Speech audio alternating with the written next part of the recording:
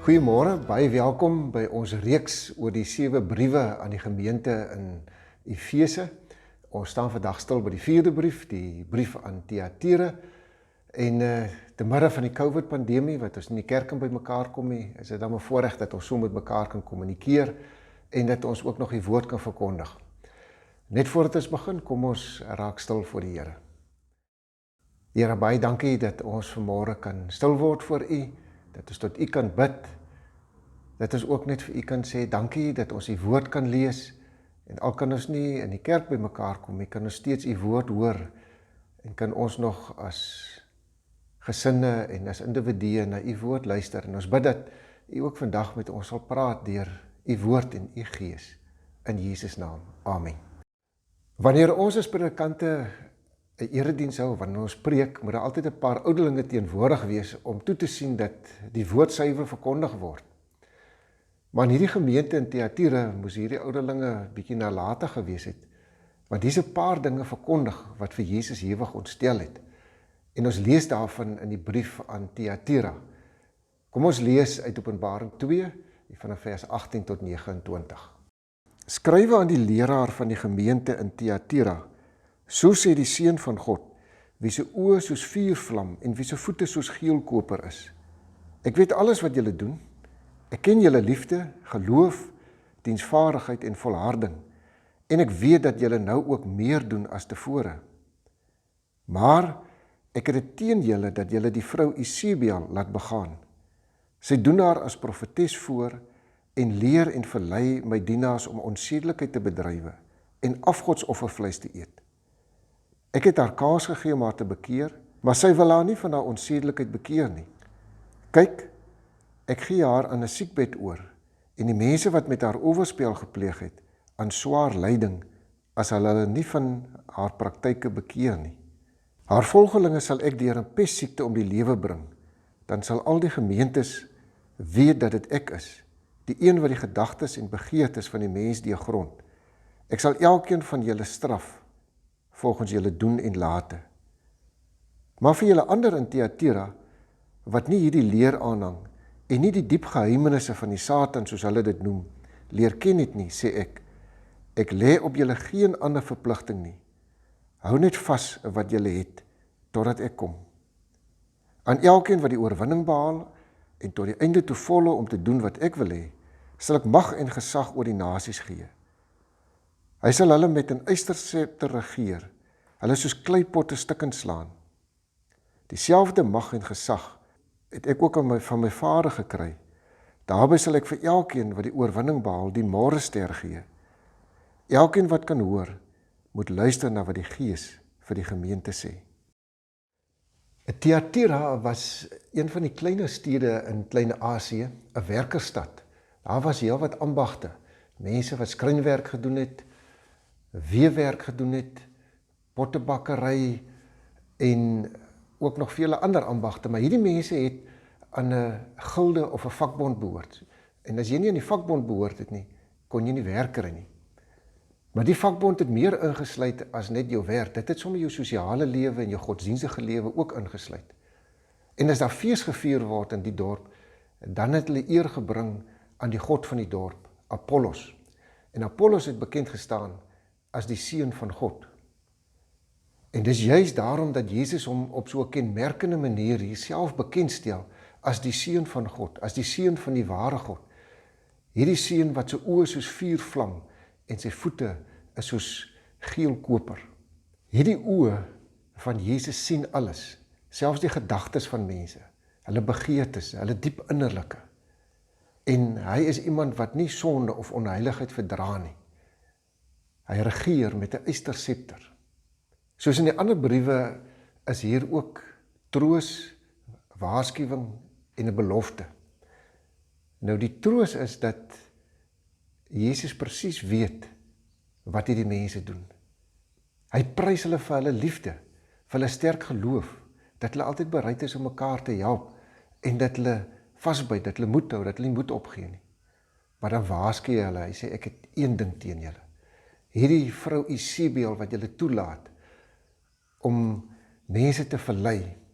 En Isebel word hierso eintlik simbolies gebruik, want Isebel versin 'n beeld, boosheid, verleidelikheid en onsedelikheid.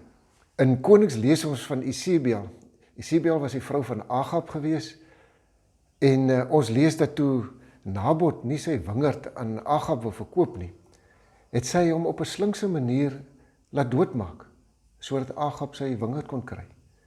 Toe Elia al die Baalprofete doodmaak, het sy hom gedreig om dieselfde aan hom te doen.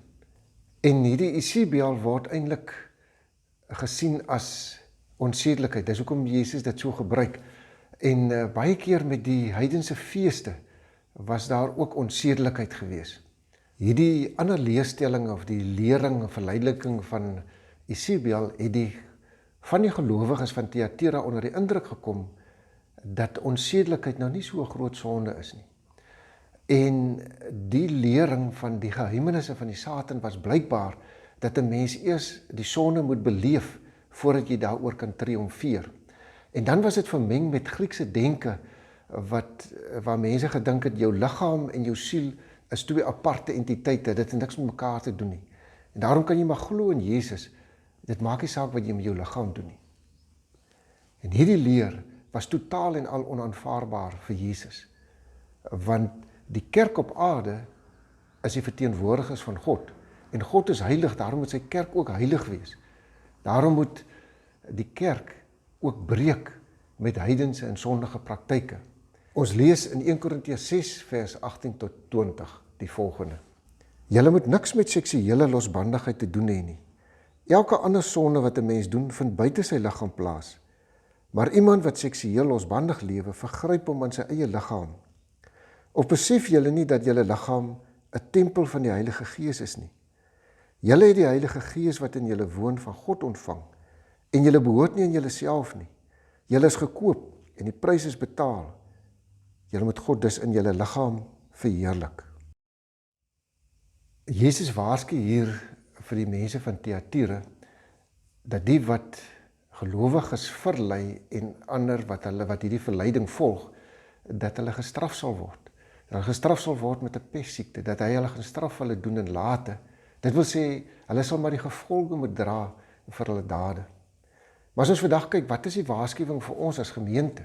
Dan is dit dat ons van God se genade nie 'n goedkoop genade moet maak nie. Want God se genade is duur.